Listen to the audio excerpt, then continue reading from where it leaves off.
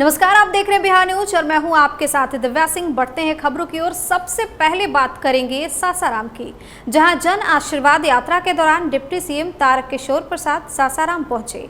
Deputy CM Tarkishore Prasad ने जातिगत जनगणना को लेकर कहा कि पीएम नरेंद्र मोदी और सीएम नीतीश कुमार मिलकर बैठक कर जो निर्णय लेंगे वह सर्वमान्य होगा। भाजपा के भी बिहार विधानमंडल के जाएंगे और माननीय प्रधानमंत्री जी और मुख्यमंत्री जी जिस निष्कर्ष पर पहुंचेंगे भाजपा से।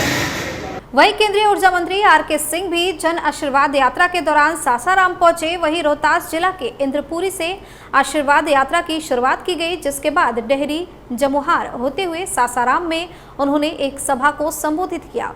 केंद्रीय ऊर्जा मंत्री ने कहा कि बिहार में महंगी बिजली का कारण यह है कि बिहार में 6000 मेगावाट बिजली भारत सरकार देती है।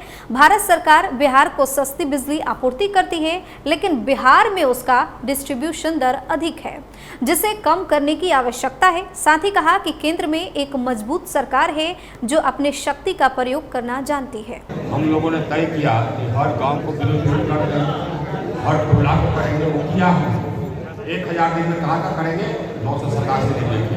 हमने कहा कि हम हर घर को विद्युतीकरण करेंगे। हमने हर घर को विद्युतीकरण किया, 2,82,00,000 घर, उसे बिहार में 32 लाख। फिर हमने कहा कि और कोई घर छूट गया उसको भी कर दीजिए। लोग बताए घर उसको भी हो गया। फिर हमने कहा और कोई घर छूट गया उसको भी कर दीजिए। वो भी हम किसको छोड़कर गैस का कनेक्शन 8 करोड़ लोगों को दिया, 1 करोड़ और गैस का कनेक्शन पुनः चूल्हा को मिले, इसके लिए पुनः गैस का सिलेंडर मिले, इसके लिए भी हम लोगों ने व्यवस्था की। हर गरीब परिवार को एक 3 या 4 सिलेंडर हम लोगों ने मुहैया कराई।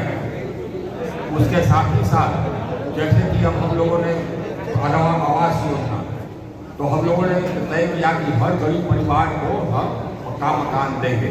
1,75,00,000 लागत पर 1,33,00,000 मकान हमने बना लिया। 1.25 करोड़ मकान अभी निर्माण किए। बिहार में थोड़ी सी गति और होनी चाहिए, 32-33 लाख मकान पर अभी काम चल रहा, लेकिन हम करेंगे, सबको छोड़ेंगे किसी को नहीं। इसी तरह से आप बात को इसी तरह से ये पूर्वी चंपारण में घोड़ा सहन पुलिस ने गश्ती के दौरान थाना क्षेत्र के कदमुआ गोला चौक से देशी कट्टा के साथ 2 युवकों को गिरफ्तार किया है। वहीं जांच के आधार पर कार्रवाई करते हुए दोनों को जेल भेज दिया गया।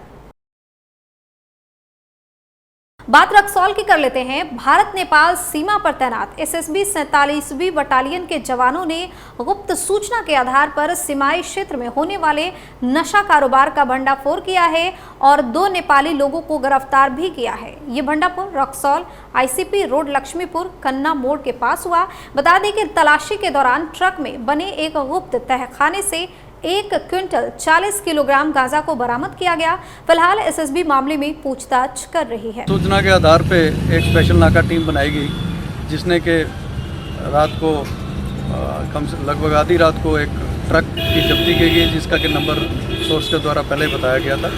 वो ट्रक को ट्रैक करके हमारी स्पेशल टीम ने उसकी तलाशी ली और ड्राइवर सीट के पीछे तहखाने में फॉल्स कैविटी क्रिएट करके गांजा के पैकेट्स रखे गए थे। लगभग 14 पैकेट थे गांजा के, जो 1 क्विंटल 40 किलो के आसपास उसका वजन आता है। तो ये पकड़े गए, जिसमें 2 नेपाली नागरिक, एक ड्राइवर, एक खलासी पकड़े गए हैं, जो इस माल को लाए थे वहाँ से और स्मगल कराने का कोशिश जिन्होंने प्रयास किया था। तो इन दोनों को पकड़ लिया गया है और एनसीबी की स्पेशल टीम पटना से पहुँच के इसका फर्दर इन्वेस्टिगेशन करेगी।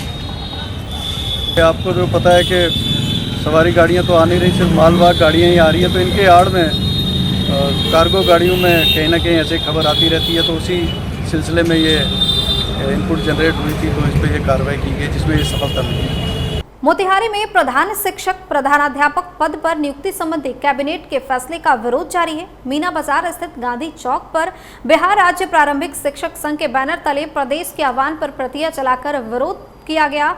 बता दें, इसकी अध्यक्षता शिक्षक सुशील कुमार राय ने की। वहीं मौके पर मौजूद शिक्षकों ने सरकार विरोधी नारे भी लगाए।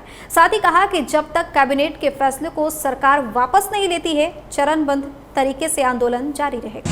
उनके प्रति जो उन्होंने आदेश दिया है उस प्रति झंडा को जलाकर और बिहार राज्य प्रारंभिक शिक्षक संघ के तमाम शिक्षक साथी ने विरोध प्रकट किया और हम मांग करते हैं कि उन्होंने अपने बयान को वापस लें। क्या बयान है? उनका बयान है कि नियोजित शिक्षक को प्रधानाध्यापक पद से मुक्त कराना है और बीपीएससी के माध्यम से एग्जाम लेकर के प्रधानाध्यापक के पद पर बहाल करना है, इसलिए हम लोग विरोध कर रहे हैं। मुजफ्फरपुर में राजद की ओर से पूर्व मंत्री रामविचार राय के श्रद्धांजलि सभा का आयोजन किया गया, जिसमें देवघर के पूर्व मंत्री रामविचार राय के कार्यकाल पर राजद वक्ताओं ने चर्चा किया। वहीं इस कार्यक्रम की अध्यक्षता राजद जिलाध्यक्ष रमेश गुप्ता ने किया।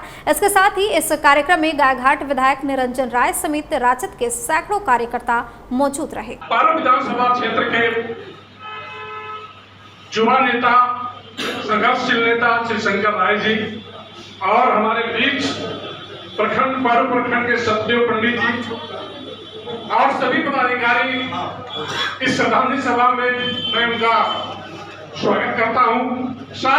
बात नवादा की कर लेते हैं, जहां वारसलीगंज विधानसभा क्षेत्र के कोच गांव में पूर्व विधायक स्वर्गीय श्याम सुंदर सिंह के मूर्ति का अनावरण करने बिहार विधानसभा अध्यक्ष विजय कुमार सिन्हा पहुंचे। लोकसभा सांसद चंदन सिंह, एमएलसी नीरज कुमार ने मिलकर स्वर्गीय श्याम सुंदर सिंह की प्रतिमा का अनावरण कर लोगों के साथ मंच साझा किया। इस मौके पर बिहार विधानसभा अध्यक्ष विजय कुमार सिन्हा ने कहा कि स्वर्गीय श्याम सुंदर सिंह के कामों को कोई भुला नहीं सकता। उन्होंने कहा कि उनका जन्म स्थान नवादा था, लेकिन उनकी कर्मभूमि लखीसराय थी। और जिस बिहार विधानसभा ने अपना 100 वर्ष की यात्रा पूरी की हो, अपना शताब्दी वर्ष की शुरुआत उसने किया और उस दौर के बिहार विधानसभा के सम्मानित अध्यक्ष माननीय विजय कुमार सिन्हा जी, लोकतंत्र की सबसे बड़ी पंचायत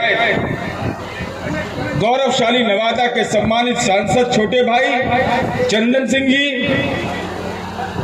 जिला। बुलेटिन में फिलहाल इतना ही। आप बने रहिए बिहार न्यूज के साथ। मुझे दीजिए इजाजत। नमस्कार।